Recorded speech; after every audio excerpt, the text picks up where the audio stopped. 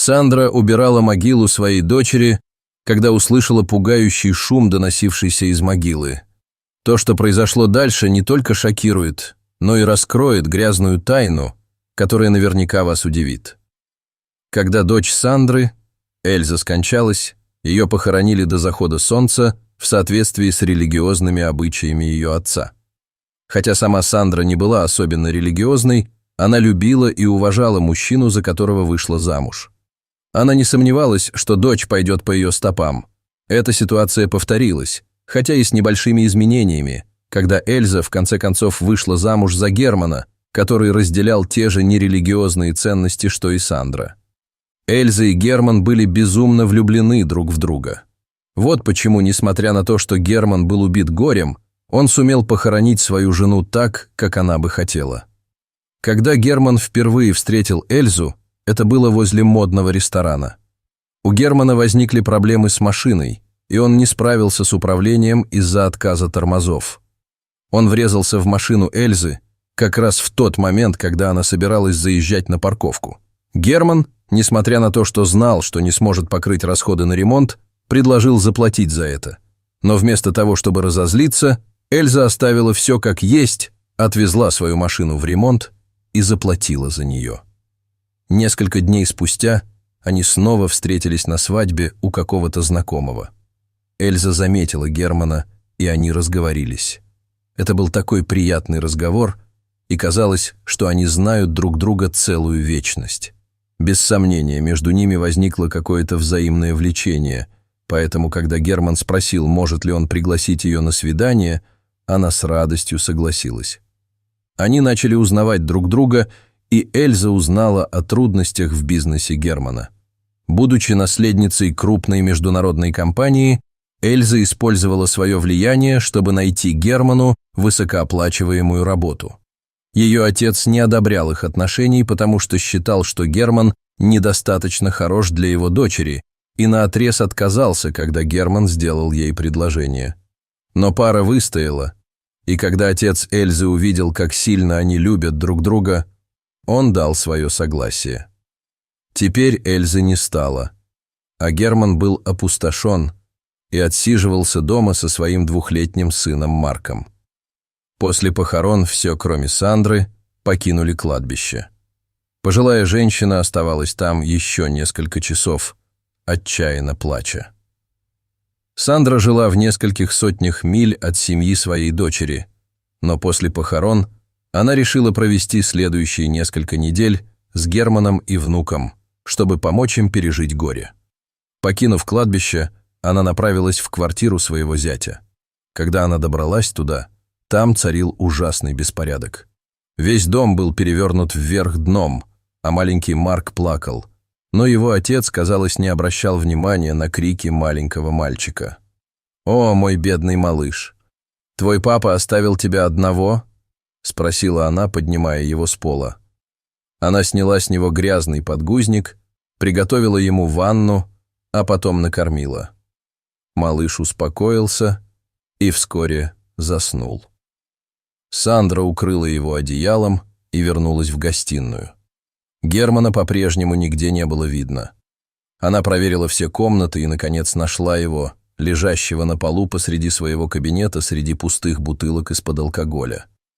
Она трясла его, пока он, наконец, не проснулся. Он осторожно сел, протер налитые кровью глаза и громко рыгнул.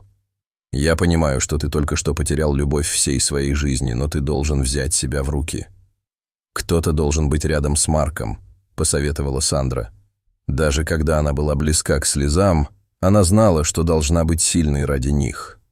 «Простите, Сандра, но без Эльзы так тяжело. Я все еще не могу заставить себя поверить, что она ушла навсегда», — со слезами на глазах ответил Герман. «Я понимаю, но тебе нужно быть сильной ради Марка. А сейчас я уберу в доме. К тому времени, как я закончу, ты, я надеюсь, примешь ванну и оденешься, а потом мы сядем ужинать», — сказала Сандра и забрала у него оставшиеся бутылки с алкоголем. Женщина принялась за уборку дома и готовку. Приготовив ужин, она позвала Германа, но он не мог ничего есть. Он все еще был подавлен горем. После ужина Сандра сказала своему зятю: «Я собираюсь навестить ее завтра». Герман просто ответил: «Я вас подвезу». На этом их разговор закончился. Они отправились спать, но Сандра не могла уснуть. Она ворочалась на кровати, потому что воспоминания о покойной дочери тревожили ее. На следующее утро Сандра проснулась рано и направилась на могилу дочери. Повсюду были разбросаны листья, а цветы на могиле были расставлены в беспорядке. Сандра начала собирать листья. Она сложила все в кучу и начала расставлять цветы. Она почти закончила, когда услышала стоны. Испуганная, она огляделась, но никого и ничего не увидела. Она продолжила уборку. Затем снова услышала звук. Она прекратила свои занятия и попыталась прислушаться повнимательнее. Звук, казалось, доносился изнутри могилы. Сандра испугалась. Она поспешила на пост охраны. «Здравствуйте, мне нужна помощь. Я слышу звуки, доносящиеся из могилы моей дочери», сказала она охранникам, которые были на посту. Охранники посмотрели на нее и покачали головами, сказав: «Мэм, вы, должно быть, ошиблись. Сегодня ветрено. То, что вы, вероятно, слышали, это шум ветра. Пожалуйста, я умоляю вас», — взмолилась она. «Я уверена, что звук доносится из могилы моей дочери. Если бы вы могли просто проверить это для меня, я была бы более чем готова заплатить вам за беспокойство». Охранники неохотно последовали за ней к могиле. Они также услышали слабые стоны, доносившиеся из могилы, и сразу же начали копать.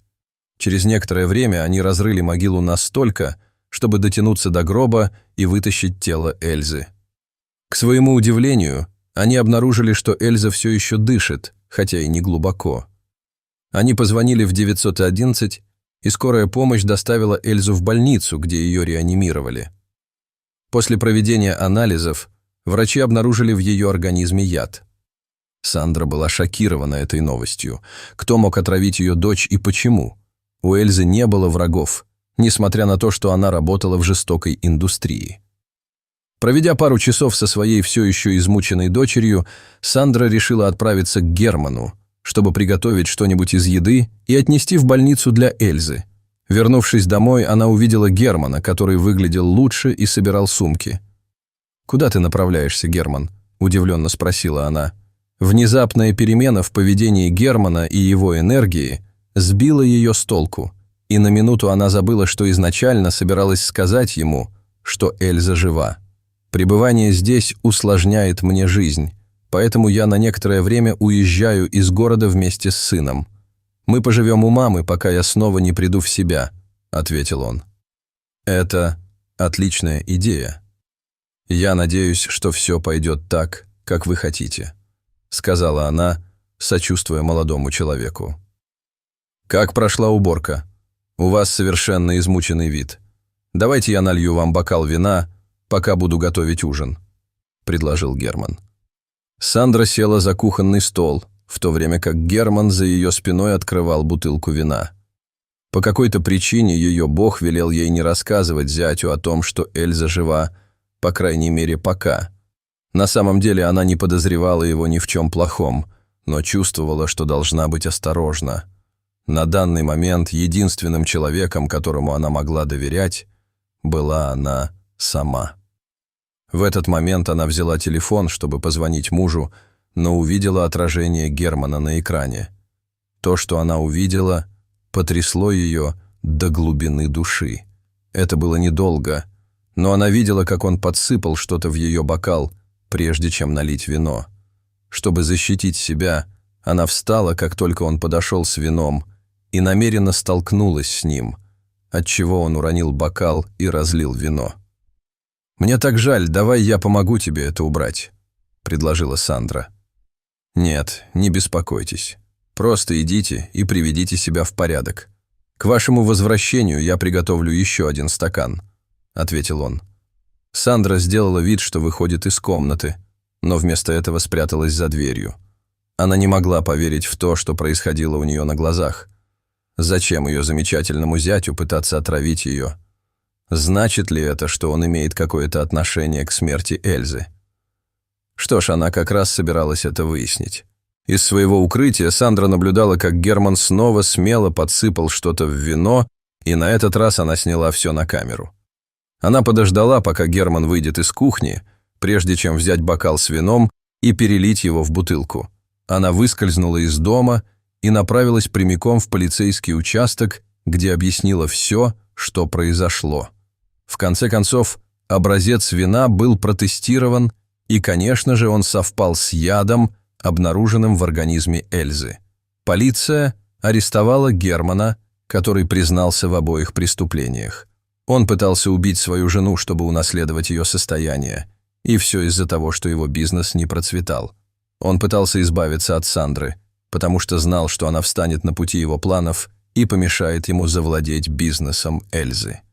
Герман разрыдался и стал молить о прощении, но было уже слишком поздно. Он получил максимальный срок за покушение на убийство. В конце концов, Эльза полностью выздоровела и снова стала мамой, деловой женщиной и любимой, и благодарной дочерью. Дорогие зрители, а простили бы вы своего мужа на месте Эльзы? Расскажите, пожалуйста, в комментариях. А если вам понравилось это видео, то ставьте лайк и подписывайтесь на наш канал. До свидания.